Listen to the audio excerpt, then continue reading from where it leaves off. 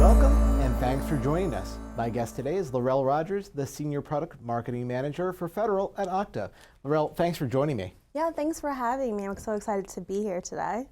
We're excited to have you. To dive into things here, it seems to me that a lot of agencies are really working on CX improvements, but they're doing more than just the sum of their parts. They're really trying to work together and overlap in areas where there are common areas for improvement here. Yeah. So just to ask you about this and go into a little more detail about this, how are these individual agencies overlapping on this topic of CX improvement and coming together on things like high impact service providers? Yeah, so I think there's multiple ways to answer that question. I'm definitely going to do the private to public sector comparison for a second. So if you and I were just having a casual conversation and I brought up Uber Eats and Airbnb in the same conversation or the same sentence, you wouldn't bat an eye. And that's not because those two companies have an overlap in their mission, but because they have an overlap in the way that they deliver their service. They really have come to do those the three big S's: simple, secure, and seamless. But on the flip side, if I was to say whitewater rafting and job centers in the same sentence, that would be very confusing. But that's actually conversations that we're having internally at Okta. Because what we're doing is we're looking behind the scenes, looking at the CX action plans and pulling out key reoccurring themes that are happening there. So within recreation.gov, which is one of the high impact service providers, they are trying to figure out a way to provide more transparent data, so both historic and current data to the end user to help them qualify for whitewater rafting permits and lottery systems, because I think there's thousands and thousands of people who try to get that each year and only a handful are able to get it. Then on the flip side of that, the job centers is from Department of Labor Employment Training Administration, which is trying to aggregate data from both public and private sector. So think about private sector job boards like Indeed and Monster.com, as well as state and local job boards. They're pulling that all together and then creating Career One Stop. So those are two different agencies, two different missions, but from the service delivery, and we're looking at that in overlap. But from the public facing side, there's definitely overlap, probably in a life experience project. There are 5 of them. I'm personally approaching one, the having a child or early childhood life experience. Prior to that life experience existing, I did not know that there are 6 different agencies that you would have to rely and depend on when you're having a child. So that's what government's doing. They're taking out the guesswork from you and having you have just one-stop shop of, hey, you're having this really critical moment in your life and time, and we're here to help you during that. Well, allow me to say congratulations for Thank your you. upcoming child. That's very exciting. Thank you. I think it really does speak to the whole concept of these life experiences, that these are big, impactful things that a lot of people experience, and that they are not the domain of any one agency, and that they all have to work on their component part of it for the public to actually feel that difference, feel that improvement. Exactly. And I really get an appreciation for the spread of different things that the federal government provides as a service. You pointed out recreation.gov and some of the stuff there. Let's focus on, I guess, some of the things that are common elements to all, or at least most, government public-facing experiences, and that's just trying to reduce the burden the public faces when they're trying to access these services. What more can agencies do to reduce the bureaucracy that their customers face when they're trying to access these benefits? Yeah, so when I hear reduce the burden, I think of my favorite term that came out, Executive Order 14058 on transforming federal CX and service delivery to rebuild trust in government. And that word is time tax. I think the definition is within its name, but in simple, plain terms, it's just essentially the loss of time or any other type of burden due to government failing to modernize the way that the public can interact with them.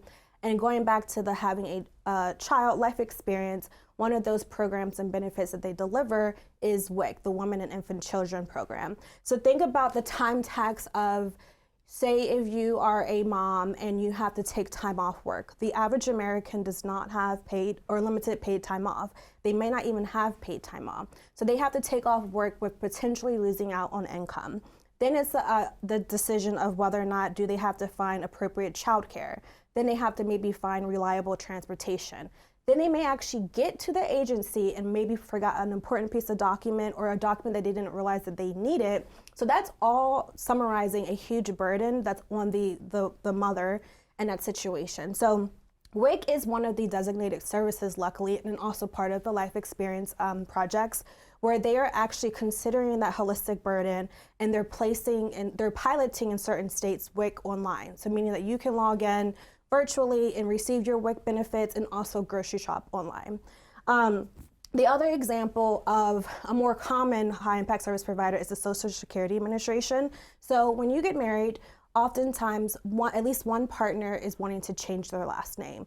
Currently, part of the high impact service provider action plan is to expand that pilot program of offering that service online. So instead of having to go in person, you can change your name online, which really goes back to that rebuild trust, those last two words in the customer experience order, because it's allowing the member of the public to refresh and update their information on their own time and in their own way.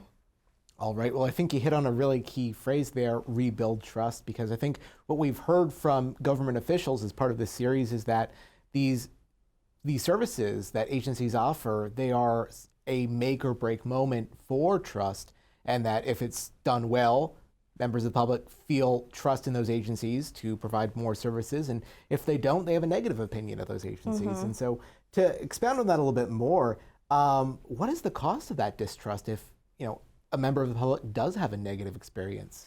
Yeah, I think before I get into the cost of distrust, I think I just want to, I love phrases and keywords, and a phrase that keeps coming up more and more every time I attend a CX conference or read industry news article is digital first, not digital only. And I think that's a testament to where government is in their CX journey. I kind of almost defined it as like their sophomore year. So they're past that like buzzword sticky phase. It's definitely sticky, it's definitely relevant, and it's not a question of whether or not they're doing it. But then there's that point in time for any organization, private or public, where they're past that initial launch, that initial rollout, and now they have to decide, how to get increased market share, how to get additional buy-in, and how to create more definition on what they're trying to achieve.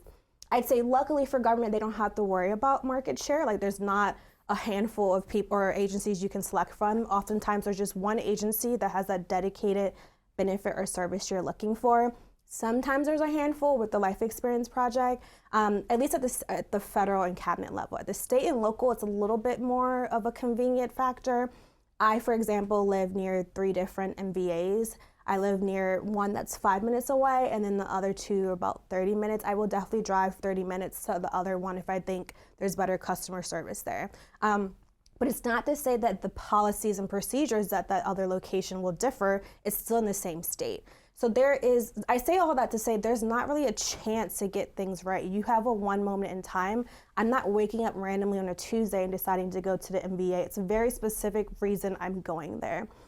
But for the other 2, the buy-in and the definition. So the buy-in is interesting because not every agency has a customer experience officer or customer experience strategist. They're still rolling that out. I know part of the executive order was to have 200 at least in place. But for the ones that do, it's very interesting on the reporting structure. So some of them report into the secretary. I know the VA, the Chief Veterans Experience Officer reports to the secretary. There's agencies that the CXO reports to the CIO and then the CFO. So that all has a role in how they're rolling out CX and then ultimately the trust. And then the last one was around the definition of, room for definition. I know you recently had OMB come on, they talked about how they're rolling out digital experience guidance related to M2322, and I'll be curious to see what those guidance and, I'll be interested to see what those guidance looks like, because again, room for definition. Yeah, stay tuned for more. I think you really hit on a really great idea here, a really great point, which is that with these agencies moving more of their services online to reduce that time tax, it really seems like agencies are trying to meet their customers where they are, trying to simplify things and reduce the burden of people trying to take time out of their day to go to a physical office and have the right forms and everything like that. What more do agencies need to do to get on board with these online services? Because a lot seems to be required to do that? What are some fundamental steps for them to make that digital first but not digital only pivot? Yeah, I think a good one is data and data sharing both in between government, so cross government as well as private sector and government. And I recently listened to a Senate hearing that talked about how AI's role within customer experience. And something that stood out to me in that hearing was, how do we deliver AI without exposing PII, so without exposing personal identifiable information? And that definitely stood out to me, because going back to the Life Experience Project, where they're trying to simplify and bundle an experience for you, that's still in the back end, the agency sharing your information across the agency in order to give you multi-program benefits and service. So having that in mind, I think, is a part of the fundamental building block. And then reducing churn. So how does data play in reducing churn? There's also opportunity to have data automatically populated for also just not even G2C, but G2B. Some of those high impact service providers are government working directly with business partners. Department of Treasury comes to mind. Their CDFI funds is really having the goal of reducing the burden between government and then the credit unions and the private banks that they're working with. All right. Well, a lot of great points being made already. We're going to have to take a temporary pause in things, and we'll jump back into the conversation. My guest today is LaRel Rogers, the Senior Product Marketing Manager for Federal at Okta. I'm your moderator, Jory Heckman, on excellent, equitable, and secure customer experience, a closer look at high-impact service providers, sponsored by Carahsoft on Federal News Network. Welcome back to Excellent, Equitable, and Secure Customer Experience, a closer look at high-impact service providers, sponsored by Carahsoft on Federal News Network. My guest today is LaRel Rogers, the Senior Product Marketing Manager for Federal at Okta. I'm your moderator, Jory Heckman, and LaRel, picking up where we left things off here, I think there are some pretty common elements for agencies to deal with all things CX, even though their missions are quite diverse. And so to understand, again, meeting customers where they are, delivering that online service that's just, again, digital first, but not digital only. How can technology enable agencies to do this multi-channel thing? So, if members of the public want to get a service done online, great, but if they prefer to pick up the phone, that's also an option. Or if they do want to go in person, they can also do that.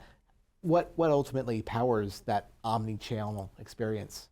Yeah, technology is definitely a key enabler. I think even before going into the in-person and online, I think sticking to just the level or number of devices that we use.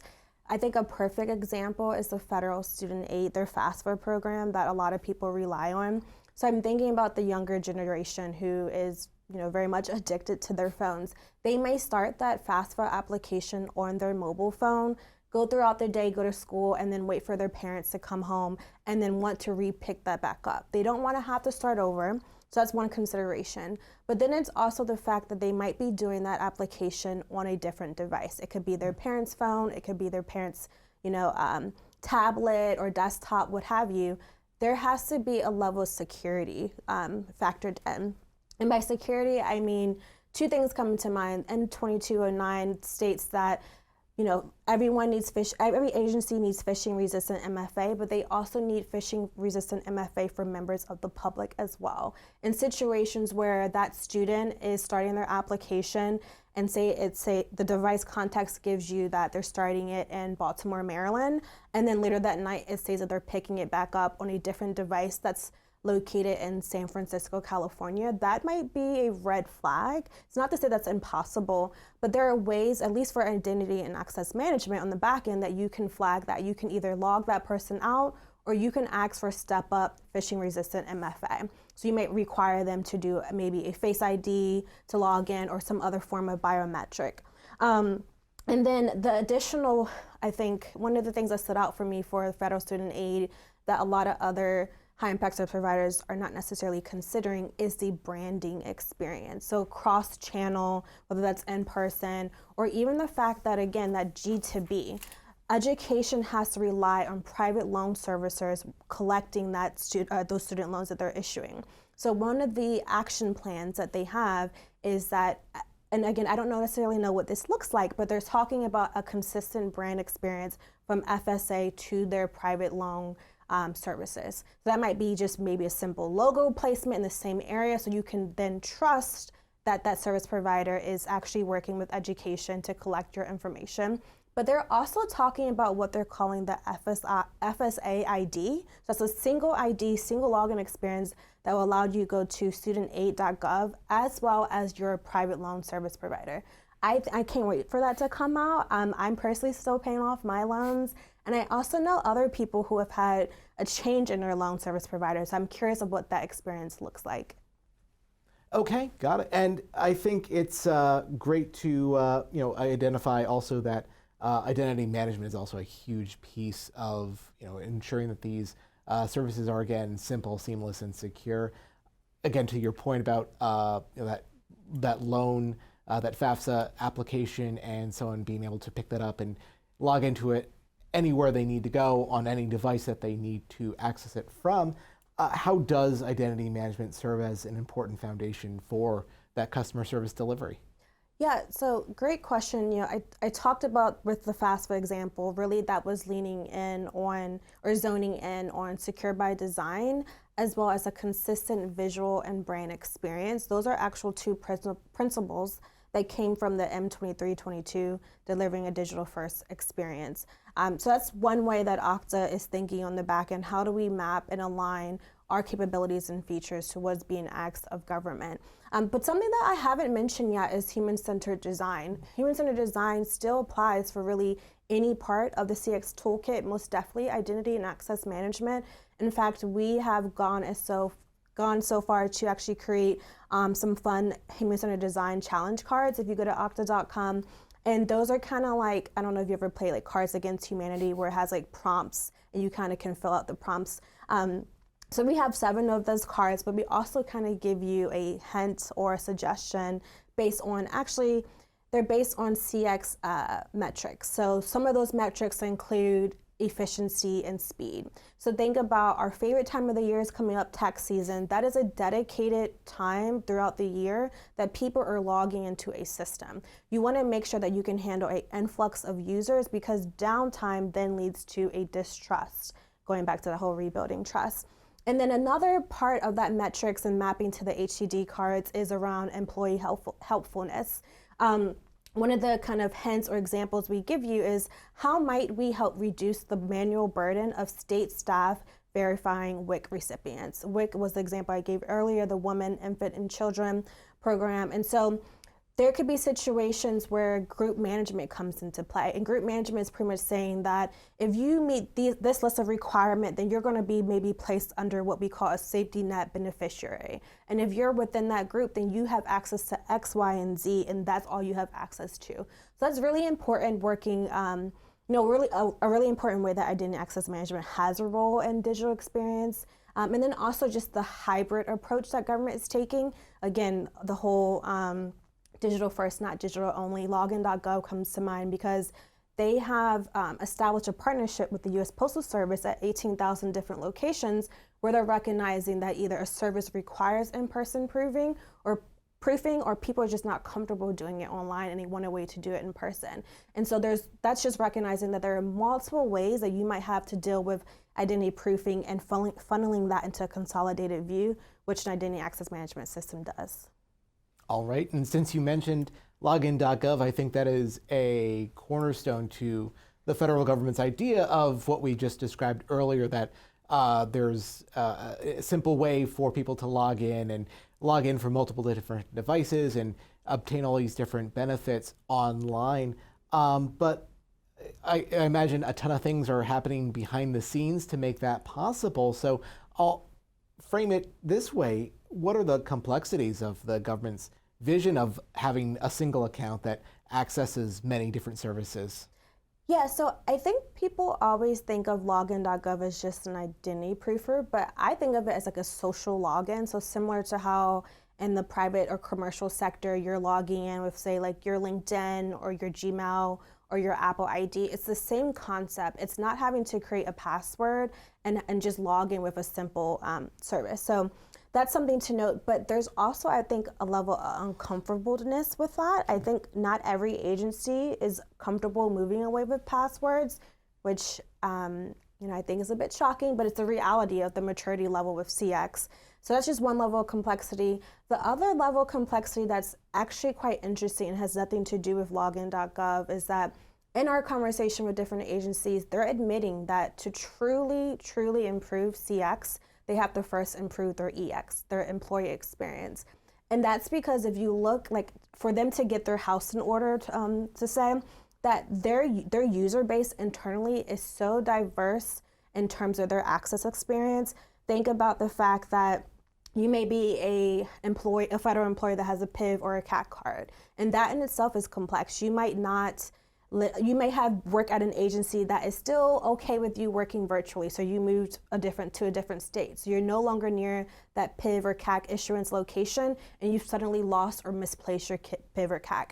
You needed a way to have a temporary access to still get into your toolbox and do your job. So that's a complexity. Then you think about like the contractors, the federal civilian employees who may work at like a system integrator or just, they're self-employed. Then you have like the tour duty models where someone works at an agency and then either at the same time or for a set period of time works at another agency. That might be like a fellowship program. Then you have interns, you have like the whole rotational, temporary, seasonal like staff. I think of also going back to like recreation.gov. Anytime I think of recreation.gov, I think about the National Park Service. They are actually dealing with what I think people think is reserved for the DoD, but the DDIL, like denied, disrupted, disconnected, intermediate environments where they might be in the middle of a state park and have no internet or like really spotty internet and they still have to log in. So think about the complexity of the workforce and their access management situation, and then thinking about getting that in order before you get the external, because it's a lot just simpler. It's probably just different maturity in the technology or different levels of maturity in how you use technology. And then to add a level of complexity to that, it's the fact that who's actually building these applications, whether the applications are internal or external. It's the developers and then engineers. Do you want them to also become suddenly an expert at human-centered design the same time that they're becoming an expert in identity access management? Probably not, because that then delays the release of a new or revamped application. So just keeping those two things in mind. And then the simple fact that a lot of people think that workforce tools and customer tools need to be separate. That's not the case. Imagine having to learn two different identity access management systems, one for workforce and customer. Okta believes that we can kind of handle that for you. We just have one system for both of them. All right. Well, it stands to reason that happier customers, that originates with having happy employees. So great point there. I think we're going to have to leave it there. I'd like to thank today's guest, LaRel Rogers, the Senior Product Marketing Manager for Federal at Okta. I'm your moderator, Jory Heckman, and you're listening to Federal News Network. For more on this discussion, visit federalnewsnetwork.com and search HISP.